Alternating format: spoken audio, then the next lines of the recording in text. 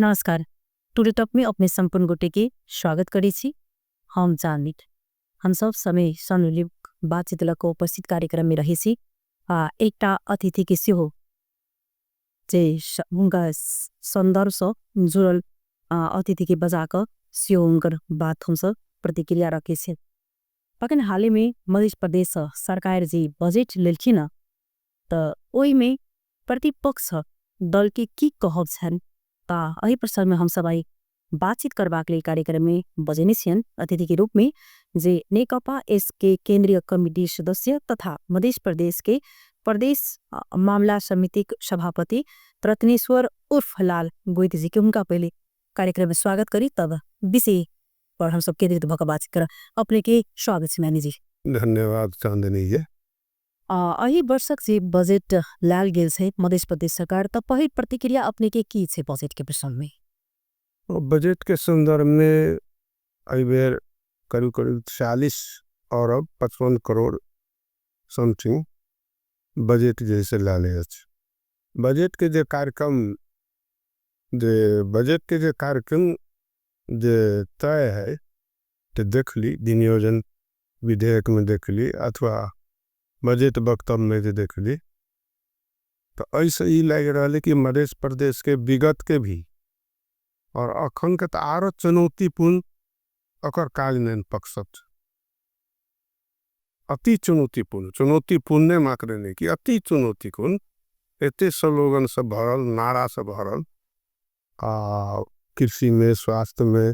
शिक्षा में अथवा पर्यटन में वन में अन्य क्षेत्र में देखिए अगर कार्यान्वयन पक्ष बहुत चुनौतीपूर्ण है और ऐसा लग रहा है कि इ बजट के कार्यान्वयन कितने प्रतिशत तक हो सके से शंकास्पद घेरा में अहाँ के दृष्टिकोण से केना लग रहा है जे जनता के जे छे से समस्या की समाधान हेतै जनता जे छे से एहि बजेट से लाभान्वित हेतिन जे दलित वर्ग कही आपका विभिन्न समुदाय के जे जखन पिछड़ल सब छै उनका सबके जे छे शिक्षा स्वास्थ्य सब में जे छे से उनकर समस्या समाधान भ सके अपने के दृष्टिकोण में की छी? जनता के देखे का बजट निर्माण है करीब करीब बजट निर्माण के पक्ष लगभग जे तेते त्रुटिपूर्ण नहीं रह जेते होवक चाहिए तेते त्रुटिपूर्ण नहीं रह बजट निर्माण में पेपर में मुख्य बात की बात है कार्यान्वयन के पक्ष में मध्य प्रदेश के देखल गए सातम वर्ष पार का आठम में जा रहा है तो विगत के भी और हाल ही अई कार्यकाल के भी देखल गए कि संपूर्ण बजट कार्यान्वयन में नहीं जा रहा कहियो 50 55 कहियो 60 लगभग 69 62 के सेवा पर में और तेकर बाद बाकी बजट सब फ्रीज रहे तो अब प्रतिपक्षी के हिसाब से सरकार के जते होमवर्क करे चाहिए प्रतिपक्ष सब भी अथवा मध्य प्रदेश के बाहर भी रहल विज्ञ सब शिक्षाविद सब की कहे पर्यटन विज्ञ सब अथवा अन्य सेक्टर के जो विज्ञ सब है तेकरा सब ओते होमवर्क का बजट निर्माण नहीं करे ओचुआ के बाद में बजट निर्माण कर जे जना विपक्षी सबसे जना अपने सब संगे जे चीज सहकार्य भेल छै बजट के समय किने भेल छै व्यापक सहकार्य नहीं धारणा राखल गेल छै किने अपने सबके व्यापक जे सहकार्य प्रतिपक्षों के साथ होबक चाहिए से व्यापक रिजल्ट से वो एकटा जे से औपचारिकता निर्वाह मात्र के जी जना देखल जाए तो बजट में नाराबाजी तब बहुत छै बहुत ज्यादा नारा सब जे से भरल लाल भेल छै मतलब सरकार एबर के लेकिन मूल धारा ताली योजना के कमी देखल गेल छै तहो से देखल जाए तब अन्य खास तौर पर जेमे विपक्षी के जे देखबाक दृष्टिकोण अपने के खास तौर पर जेमे सोच की छे अब सरकार के तो स्वाभाविक एई पीरियड में जे देख लिया प्रतिपक्ष जरे संबंध बढ़िया ढंग से विकास नहीं कर सके हमेशा तनाव दबाव के बाद ही अधिकता की कहे कनी कनी जे समन्वय करे के प्रयास कलक तो एई ताल से नहीं होते कि सदन में की हो कि प्रतिपक्ष एगो सदन के जैसे पूरा जिम्मेवार पक्ष कोनो होइ छै तो प्रतिपक्ष होइ छै और सरकार के ओकर निगरानी प्रतिपक्ष करे छै। तो ओई चीज के लगाम जे है से हम सब जखन देली तो सत्ता पक्ष जे है से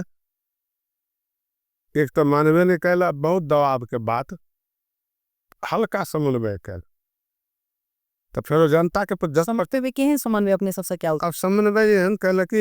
एहि प्रकार के समस्या है अथवा एहिमे जे है से एहि ढंग से की कहे छै अहाँ सब के बीच में हम बजट निर्माण के पक्ष रखली एहिमे समन्वय क दियो सहकार क दियो समय न है बहुत नजदीक भ गेल या मजबूरी समझ कहला तो लास्ट में की हो छै एटा जनप्रतिनिधि के हिसाब से बजटे फेल क दू से ओतने भेले ओकर और धन एक निगेटिव इंप्रेशन पड़ते। लेकिन हम सब जे सुझाव दिलिए बजट के समय में कि ई क जैसा सबमिट कर लाओ से लाभ में सरकार असफल रहा असफल अई बेर के जे बजट से ओई स समस्या मतलब कि जनता के समस्या समाधान करे वाला सबसे जे मुख्य की लागल अपने के जे कोन एहन से बजट से बेर में जे समस्या समाधान क सके दे चंदा सबके। अब एहि बेर के बजट में हम देखली कि सबसे ज्यादा बजट भौतिक पूर्वाधार में रखा बहुत पूर्वाधार से कोना दगा समस्या समाधान है जनता के मात्र त एमे त शिक्षा स्वास्थ्य सब चीज अजर अब होवे छै क्रमबद्ध जी भौतिक पूर्वाधार में ओना तो देखत रही छी कि ज्यादा से ज्यादा योजना पड़ल सड़क के पुल के ई योजना सबसे अम्मा वो है ई योजना सब अब 1 किलोमीटर समापन करेला मैक्सिमम पैसा लगे छे लेकिन तेकर साथ साथ शिक्षा और स्वास्थ्य के भी आ कृषि के पर्यटन के हम सब कहने रही प्राथमिकता में राखू जना कृषि के संबंध में विगत में जनमोते के तरफ से बसंत कुशवाहा कृषि मंत्री रहे तो ओकरा ने एक विज्ञता आना देखा हालांकि कोई बेसी दिन टिकले 5 महीना की 6 महीना सरकार के प्रतिनिधित्व करला के बाद ओकरा और पार्टी के तरफ से बोला लेके हट गए तू एक बहुत भारी जैसे विज्ञ सब जरे छलफल क माननीय सब जरे छलफल क कृषि के जैसे विज्ञ सब जरे छलफल क एक प्रोजेक्ट बने रहे जे प्रोजेक्ट 12 अरब के प्रोजेक्ट 12 अरब में वो कृषि के सिंचाई कृषि के जैसे विद्युतीकरण कृषि के विभिन्न जो पक्ष है आधुनिकीकरण विभिन्न पक्ष के समेट के 12 अरब के जो मध्य प्रदेश के 12 अरब कृषि में एक मुश्त लगानी कर देला से एक हद तक कृषि के समस्या समाधान हुए या मध्य प्रदेश कृषि में फर्क मार सके। तो हम सब कल कृषि में ई कार्यक्रम लागू कर और सब सेक्टर से बजट काट कर कृषि में 12 अरब बजट पूरा हमरा सबके एहि बात के रिकॉर्डो होते बोलल चीज है। लेकिन अब सरकार के प्रमुख सब जैसे पर उते ध्यान नहीं देते कृषि में हचुआ के भर पर की कहे बजटो है हचुए जैसे कार्यक्रम है। शिक्षा में बजट का कारण की छल अपने नहीं के भी अपने से के पार्टी सब आवाज नहीं उठल के कि शिक्षा स्वास्थ्य कहलिए तो शिक्षा स्वास्थ्य कृषि पर्यटन ये 4टा मंत्रालय के हम सब प्रमुख रूप में कली से प्राथमिकता में राख पड़ते ये 4टा एक दोसर से मध्य प्रदेश के समृद्धि करे के लगी जोड़ल विषय कृषि नहीं उठते तो मध्य प्रदेश नहीं उठ सके किसान सब शिक्षा नहीं उठते तो उसे गड़बड़ा सके आ स्वास्थ्य नहीं ठीक रहते तो से नहीं काम चल सके और बाहर से पर्यटन के अंतर नहीं ला सकते तो आमदनी इनकम होटल व्यवसाय बिजनेस यो सब अवसर पड़ सके ते द्वारा ये 4टा मंत्रालय का प्राथमिकता में रखल जाए और वही आधार पर बजटिंग कल जाए। कहल जाए छे जना कि कतिपय आरोप जना लाग रहल छे पक्षी के हरेक दल पर कहे त जखन सत्ता पक्ष में नहीं रहे छे त जे बजट सेटिंग में मतलब जे छे से होई छे एहि में अहाँ के प्रतिक्रिया की छे बजट चलाओल जाए छे त दुनु सबोटा मिल जाए छे तखन नहीं बजट के सेटिंग कोनो नहीं जे बाहरी जते प्रोपेगेंडा है भीतरी रूप में वो 2% 1% ओहन विषय होबो करते कुछ व्यक्ति सब के लेकिन बाहरी जो प्रोपेगेंडा है तो हिसाब से भीतरी न हुई बजट में की सेटिंग होत नहीं है। हम एक उदाहरण दी छे, हमहू एगो जनप्रतिनिधि छी। जनप्रतिनिधि के एक सीलिंग राखल जाए छे, हाँ? कि एते के योजना बनाकर देव सके छी, योजना देव सके छी, उरे रूप में समावेश होत। तो हमहू सब जनता से समन्वय कता आवश्यक छे। उन जनता के पीर मार्का है समस्या तो एक ढकिया रहे छे, तो वही में सब फिल्टर ओते में केते एड्रेस बस तेते एड्रेस हम सब रूप में करवे छे और समय आयल तो कार्यान्वयन के प्रक्रिया में गया। जेना ओइ बेर जे छे से कहल जाए तो ओना साखे जे छे से पूंजीगत तर्क पर ही अथवा चालू तर्क जे बजेट अपने के खर्च ते भेले नै छै चालू तर्क तो अपने के भेले नै छै तो ओइ में जे छे से एइ बेर में की गारंटी छै अपने के जे और जोड़े के बजेट जे छे से खर्च हेते आइ बेर में जे छे से वास्तव में सही ठाव पर जे छे बजेट उपयोग हेते से अपने के प्रतिक्रिया ये तो अई में प्रक्रिया देव से पहले अगर हम दूटा तीनटा विषय के विश्लेषण करब। प्रदेश में ये अनाकिला हो मध्य प्रदेश में सातों प्रदेश के हम सब रिपोर्टिंग लेत रहे छी, विषयगत समिति और सब के भ्रमण हो आदान प्रदान कैली, नोट कैली, हम सब अनुभव ओकरा देली। इस समय सातों प्रदेश में मात्रा में घटी बेसी होते ये अवस्था है। ये अवस्था कैला छे मूल चेकर संविधान संविधान जे है से 2072 नेपाल के संविधान की कहे प्रादेशिक संरचना के हम बलियो करब तई मानसिकता से नहीं। प्रादेशिक संरचना बहुत दबाव भगले का कुछ देव के चाहे तई हिसाब से प्रादेशिक संरचना निर्माण के। अब जय सरकार के हाथ में कर्मचारी नहीं रहते, जय सरकार के हाथ में की कहे शांति सुरक्षा निकाय नहीं रहते, वो सरकारें नहीं रहे। एक सरकार तो बेकारे नाम कह गए मध्य प्रदेश सरकार मध्य प्रदेशे कहती तो होते अथवा बीच के एटा संरचना है समन्वयकारी संरचना ऐसे कह के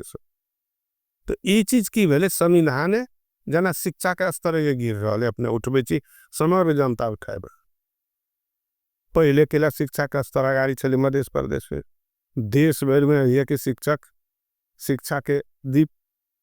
जारे चले जागरण करे चले और शिक्षा में वास्तव में मध्य प्रदेश बहुत अगाड़ी है। सेक्टर लोग के मैंडेट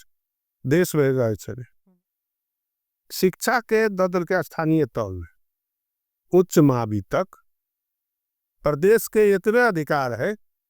अहाँ समन्वय सहकार में रहियो कतो पूर्वाधार न है तो अहाँ के मांग भेले वो आधार पर पूर्वाधार के दियो स्कूल में और कोनो किस्म के अहाँ के शिक्षा संबंधी अधिकार न अधिकार स्थानीय तक कोई टीचर के है टीचर कौन अदली बदली होते अथवा के हम लाभ पड़ते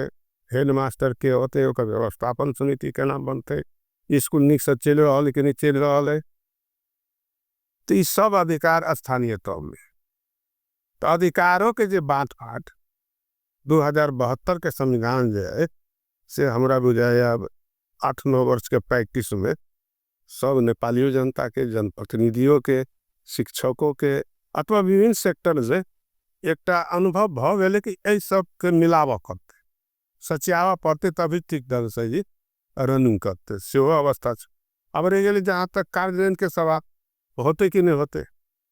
तो कार्यान्वयन के कौन गारंटी जो होते विगत में अनाइते होते ले तो इस साल कोनो जादू नहीं देखे चीज हम कार्यान्वयन के पक्ष बहुत निमन भए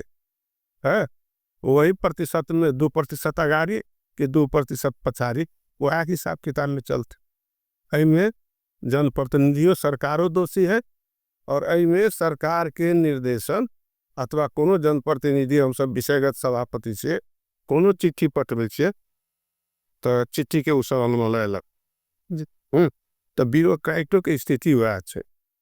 केना बा कई आहाँ के सुधार हेते केना को अब सुधार करने लगी सोखी केना का मध्य प्रदेश पंक्ति एक तरीका से सुधार के कर जैसे पूर्ण रूपन पहले संविधानिक ढंग से अगर पहले संरचना के ठीक कर पड़ते और समझ कुछ आ रहा भी अपने के असंभव तो कोनो चीज नहीं हुई, संभव केना हुई? तो संभव है आधार पर होते एक चोटी प्रादेशिक संरचना के अधिकार संपन्न बनावे के लागी संपूर्ण आदमी के एक चोटी उठ पड़ते। जेना अखन देखल जाए तो विशेष कऽ अपने अपने कहलिए जे भौतिक तरफ जे छै से विशेष जे छै से मध्य प्रदेश सरकार बजेट लगे छै, अब अगलो साल लाल छलै, विगत में सेहो अबै छै। अहू बेर देखल जाए तो भौतिक तरफ विशेष आयल छै। ई बारम्बार रास्ता जे छै से बनै छै, व्यवस्थित तरीका से नहीं बनला कारण से फेर उ फुटे छै, फेर बनै छै। तो हरेक ठाम में देख रहल छै अखन कंक्रीट जे छै से ठाउँ भऽ रहल छै। ओइसँ देखै छी जे खाने पानी के समस्या सबके सेहो शायद बहुत रास अखन ई समस्या ओहि कारण से उत्पन्न भऽ चुकल छै। एहिसँ कतहु ने कतहु जे छै से जे मिथिला के जैसे उर्वर सब में सेहो जे छै से हनन आके पड़ि रहल छै। ओहिमे वास्तव में कही तो कमीशन के चल खेल छै, ओही दुआरे विशेष जे छै से भौतिक तरफ मध्य प्रदेश सरकार जे छै से बजट लगे सके की कहब से नहीं केना है भौतिक तरफ के योजना बहुत आवे छै। जते योजना आवे छै रोड के, पुल के अथवा भौतिक से संबंधित जे क्षेत्र सब है, तो हमरा बुझाए जे एकर 25% एड्रेस हो छै। ओते 15 अरब बजट देलो के बाद भौतिक तक में 25% एड्रेस हो छै। तो डिमांडो है, हम सब अगर हाउसों में छलफल करें कि आई के डिमांड कम कर पड़ते। अब रोड बात कुल बहुते बन गए, कनिक ओते स्पीड में नहीं हो जाती तो होते। दोसर पक्ष जे कमजोर भ रहा है, शिक्षा, स्वास्थ्य, पर्यटन, तो एकरो तो एटा बैलेंस में लावा पड़ते। अहाँ रोड बढ़िया बना लेली, पुल बढ़िया बना लेली, आबत जावत के सुविधा भ गए, आ शिक्षा ध्वस्त भ गए, स्वास्थ्य ध्वस्त भ गए, तो ठीक तो नहीं गए। खास विशेष देखल जाए तो असारे बसात में जैसे से ई बाटो घाटो के काज हुई से ओहू पर एक आदमी के जैसे प्रश्न ट्रॉल से तो अही के बारे में हमारा कहना की है जी। कि ई असार मसांत जे सिस्टम जे लाल है से रौने टाइम के सिस्टम दे नेपाल के खास कर रौने टाइम के सिस्टम है कि अखार के मसांत के आर्थिक वर्ष मान ला सामने गए तो सब दोसर आर्थिक वर्ष में प्रवेश तो वो काज आगा भी तब सके छले। हाँ, तो ओकरो चेंज करे के आ व्यवस्था नया भ गेले, आ ओई में के संरचना सब पुराने रखियो। आई अपने देखो जाए तो विभिन्न ठाम में जे ई डाइवर्शन के काज त भ रहल छै, ओ त अखन पार्टी जे छै से चाह देनी छै। त अब ओठन त अखन समस्या आगे उत्पन्न भ सके छै। ओठन त आगे जन मध्य प्रदेश आगे डुबाने क्षेत्र से बहुत एहन ठाउँ छै जे ठाम बाढ़ि आबि सके छै। तो ई समग्र चीज के ठीक करे के लागी नेपाल सरकार के नेपाल के संविधान 2072 में पुनः संशोधन करके बैसाख मसांत के ही आर्थिक मसांत मानते अथवा कानूनी रूप से मान्यता देते। तो बरसात के समय में जो बजट चुहावट हुए जो अपने प्रतिबिंब के लिए वास्तव में बहुत सा बजट अनियमितता में जाए छे बरसात के कारण से अथवा ई मौसमे एहन होइ छै तै के लक गोल मटोर होई, तै द्वारा एकरा सचिया क बैसाख मसांत में आनु। जना इंडिया के जैसे आर्थिक वर्ष है वो बहुत बेटर है, ओकरा अपना भौगोलिक अनुसार जैसे वो रखने है। जना ई विपक्ष की भूमिका गत वर्ष कही तो उना कमजोर देखल गेल छलै,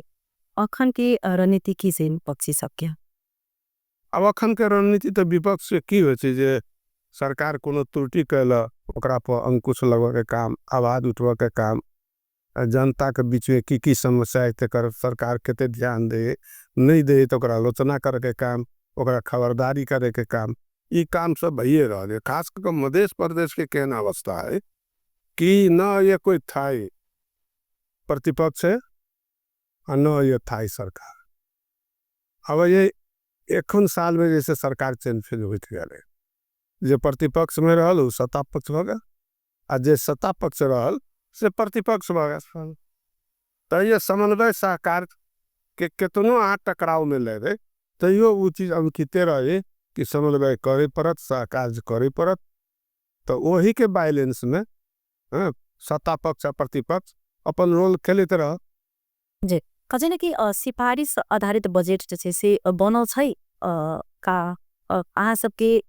सिफारिश में दे गेल छै कि केना छै? कोना छै जे मतलब सिफारिश के मतलब ई भेलै जनता के क्षेत्र से उठल, जनता के भावना से उठल अथवा ओकर डिमांड कैल हम सब ओकर लिपिबद्ध क क ई डिमांड छै बजट निर्माण के समय में हम सब दै छी। ओहि में कते चीज एड्रेस भेल, कते चीज नहीं एड्रेस भेल। जी जेना एहि बेर में जनता के कोना विश्वास देवी क्या के भीतर से देख रहल छै कि जनता सब पैघ जे छै से मार्का में पड़ि चुकल छै। बहुत रास एहन समस्या छै जे जनता के अहाँ के छै जे ठाम कतेक बेर रोड फिर के जे छै से बहि के कतेक ठाम जे छै से अखन तक सरिया के नलो जे छै से एक बेर नहीं बनल छै। बहुत एहन ऐसे जे हम की देखलिए कि जना मध्य प्रदेश में मधेशवादी दल बायक अखन तक सत्ता अन्य दल ने संचालन कर। सबसे ज्यादा लंबा 7 बरस 6 बरस जसपा जैसे यार पत्ता संचालन कर और अखन 1 वर्ष जनमत जैसे एक नेतृत्व लकर संचालन कर रहे। हालांकि गठबंधन के सरकार है तई के भीतर में एगो चीज देखे रहे यदि निमन बात उठेला तो विगत के सरकार अन्ना कल के कहाँ कहने रहे अन्ना हम तो ई सुधार कैली, हम ई सुधार करे के प्रयास करे छी। वो की हो जवाब सवाब पिछले सत्ता और वर्तमान सत्ता के शेर फेरो में रही है। और हम सब ओकरा जैसे खास कर जे वही बाहे के जे हम सब प्रतिपक्ष छे से कनी राष्ट्र निर्माण के, प्रदेशों निर्माण के, समग्र प्रदेश के विषय के जे अंकित करत रहे छे, लेकिन वही ढंग के हम सरकार के दृष्टिकोण नहीं देखत रहे छे। सरकार के जे कहो के छै उनका से उनका सबके नहीं भरल छै ना नहीं उ स्वाभाविक से अखने देखल जाए अखन मध्य प्रदेश में खास कर जे अखनो बहुत एहन ठाम छै, बहुत एहन सड़क छै, बहुत एहन जे ठाम के बच्चा सब जे छै से स्कूल से अखनो वंचित छै। एतिक समुदाय स्कूल में जैठाम भौतिक संरचना देखी जे कतो बहुत ज्यादा छै, ओइठाम विद्यार्थी के कमी छै। जैठाम भौतिक संरचना अ विद्यार्थी से ओइठाम विद्यार्थी सब फिर पढ़ा चाहे छै वंचित छै। कतो टीचर जे अपने के छै शिक्षक शिक्षिका विषय अंतर्गत जे छै से ले राखल गेल छै। एहन एहन समस्या छै, ई समस्या के कोना के समाधान हेतै, केना के एहि के समाधान तरफ अपने सब सोच रहल छै? एहि के समाधान करे के लागि पहले शिक्षा के प्रदेश में देवा पड़त कैले तो उच्च मावी सब जे है से प्रदेश में देवा पड़ते। अब मिडिल तक जे 6-7 कक्षा 8 कक्षा तक उबल का स्थानीय तक के गारंटी की भ सके स्थानीय सरकार ते अगर सही नहीं भरे तो प्रदेश सरकार कोना के सही करती? प्रदेश सरकार तो ओइमे जे है से सूक्ष्म ढंग से लगानी पड़ती। जना भौतिक संरचना में स्कूल में बहुते लगानी पड़, जना अपने टीचर के विषय से लिए और दरबंदी के विषय है। स्कूल तो है लेकिन विद्यार्थी 5 से टीचर है 2 केना कमांड करते विषयगत से वो नो। तो ये सब समग्र समस्या सब है। ये समग्र समस्या के प्रदेश सरकार जो है कते हमरा शिक्षा में दरबंदी में बजट लागत, कते हमरा स्कूल के जैसे पूर्वाधार में लागत, अथवा कते ओकरा सबके एकटा स्तर उन्नति करे के लागि ट्रेनिंग में लागत, एकटा शिक्षक के योग बनवा के लागि। तो ई सब एकटा एस्टिमेट क मूल्यांकन क वस्तुगत ढंग से एकटा बजटिंग तय करे पड़ते। वही ढंग से एक मुष्टे बजट लगवा पड़ते। मात्रात्मक बजट लगाला से पिछड़ल चीज सुधार नहीं हुई। देखल जाए तो ना मतलब नेकपा एमाले के कही जना नेपाली कांग्रेस ही बहुत पुराना पार्टी सब छन्, हिनका सबके जे छै से दल अगर देखल जाए तो बहुत ज्यादा मतलब मजबूत। तो एक जनमत के जखन जे सरकार बनले त की अपेक्षा रही अपने सबके निका बहुत देख लेने छले, लेकिन नया एक मतलब नेतृत्व मतलब भेले जनमत सरकार बने त के ना के पुछाल की अपेक्षा शुरू में आशा रहे ये एक क्रांतिकारी तार से आंदोलन का कयाल है। आशा बनाते जसपा भी रहे सुन में बनाते जनमतों पर आशा रहा, लेकिन वही आशा अनुसार के रूपांतरण क नहीं देखब सक और रूपांतरण किस्म के की कहे छै भूमिको और विचारों निर्माण कर सक अथा स्थितिवादी हिसाब से सरकार संचालन कि बेटी पढ़ाओ बेटी बचाओ जे छे से कार्यक्रम सेहो लायल गेल रहे, लेकिन ओहो सब जे छे से आप देख रहल छी जे ओहो नारा सब लोग फक दोसर दोसरे में चले रहे एमे की से प्रतिक्रिया ई बेटी बेटी बचाओ बेटी पढ़ाओ बहुत लोकप्रिय चीज रहे। ई कार्यक्रम एक वस्तुगत कार्यक्रम रहा मधेश के लागी तो अब ठीक से अख्तियार जैसे कोनो किस्म के अंकुश लगल के अथवा कोई में जैसे चिट्ठी पत्र कोनो जैसे भिजाएगा सरकार के वही कार्यक्रम के नियंत्रण करे के लगी देले छै। लेकिन की होय छै व्यवस्था चेंज केना हम अहाँ के लिए जब हम अहाँ डेराइए के सब काम करबे अच्छो काम करे के लगी डेरेबे ई आवश्यकता है आवे के लगी डेरेबे तो परिवर्तनकारी डेराए नहीं छै कि परिवर्तनकारी कहियो डेराए नहीं छै। कोनो भी परिवर्तन सब चीज से ले झगड़ के झमेला सीजना का कहल छै तो ई वैधानिको झमेला जे है वैधानिक ढंग से संघर्ष करे पड़ते मामला में तो से सरकार हाथ नहीं करे जाय प्रकार देखल जाए तो जना कि साइकिल सब बेटी सब बहुत एहन बेटी छै जे घर से निकल के पढ़ के लिए जैसे से आगा आइले जेकर मनोबल अहाँ के उत्साह बढ़ले, लेकिन इस सब जे छै से आई कतो न कतो जाकर जे छै से देखल जाए तो पूर्ण रूप से जे निषेध कर देने गेले तो इहो एक दुर्भाग्य छै ने और सागे दुर्भाग्य असर अपने के पड़ल छै नहीं दुर्भाग्य अब जना ये सरकार आइले आ फेरो अगाड़ी कोनो सरकार आए तो विगत के कोनो नीक काम है जना कि और संघ सरकार के दिस 52 में मनमोहनतकारी के गवर्नमेंट बहु तो सामाजिक सुरक्षा भत्ता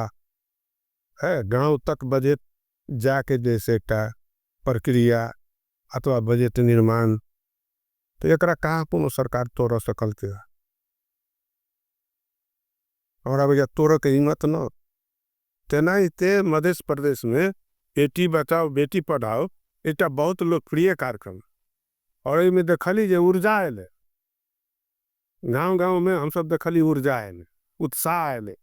लोग स्कूल जाके बचिया सब जैसे प्रयास करके तो ये चीज के निरंतरता सो देव के आई में जे कुछ कमजोरी पक्ष सुदृढ़ क आरारी ल जाके जी तो तई के लगी वर्तमान सरकार के हिम्मत करे चाहे क्रांतिकारी से आयल सरकार है तो और हिम्मत करे चाहे ऐसा में अपने सबके आवाज उठने चाहिए पहल के लिए गिने एकदम पहल के लिए हरदम हाउस में अहाँ रिकॉर्ड चेक करू एक बार रिकॉर्ड चेक करू ना 2 बार इसके यहाँ सब मीडिया वाला सब कि कौन जनप्रतिनिधि केन प्रतिक्रिया हर से प्रतिक्रिया की यथास्थिति में जैसे सरकार संचालन बढ़ जना अखन अपने सर्टिफिकेट जवाब कथी आवे छै में हमरा कॉलोनी का ना चिट्ठी पठा देने छै तक किया रे ना के जैसे अंकित कर देने छै विगत के कुछ झमेला सब है से क्लियर नहीं भेल है तै लका अब जैसे हम सब अब तक में पड़ल छी कार्यक्रम तो ठीके है अब तेना गोल मोटर भाषा दी से दे जना अखन विपक्षी छी अपने सब हाउस में जखन बात उठै छै कोनो चीज के ल क तो वो कतेक सुनै छै उठैली बस भ गेलै तखन जैसे मौनता रहल कागज में नोट कैला कानूनी पक्ष में कुछ नहीं सुने तुमते तो सुधार होती ना कि अपने जे छै से जनता के लिए संदेश छोड़ चाहि रहल छी कोना के विश्वास देबे क्या तो हरेक जे छै से तलगत के नेता सब स हरेक दल स जनता सब जे छै से निरुत्साहित भ रहल छथिन टीच रहल छथिन भूमिका सबके कोना के विश्वास देबे खास करके एहि बेर के बजट जे सही जगह पर सही ठाव पर जे छै से खर्च हेते से की कह साहब अब कार्यान्वयन के मध्य प्रदेश में तो हम समग्र देखते लिए कि हम व्यक्तिगत संतुष्ट नहीं छी तो जनता असंतुष्ट है स्वाभाविक है जनता के बीच में बहुत सा समस्या है कृषि में समस्या है शिक्षा में है स्वास्थ्य में है भौतिकों में बहुत समस्या अब जना कमला के मान लिया संघ सरकार 13 वर्ष पहले पुल निर्माण तो कल के लेकिन जनता के काम में नहीं अले 13 बरस निरीक्षण हुई, जनता आवाज उठवे और तो के जनप्रतिनिधि आवाज उठवे, लेकिन समाधान नहीं भर। तो अई बेर अब रेड बुक में वो कमला पुल के वैकल्पिक पुल आवे के बेसी संभावना है। वही संभावना से मात्र नहीं होते, ओकर कार्यान्वयन पक्ष केते होते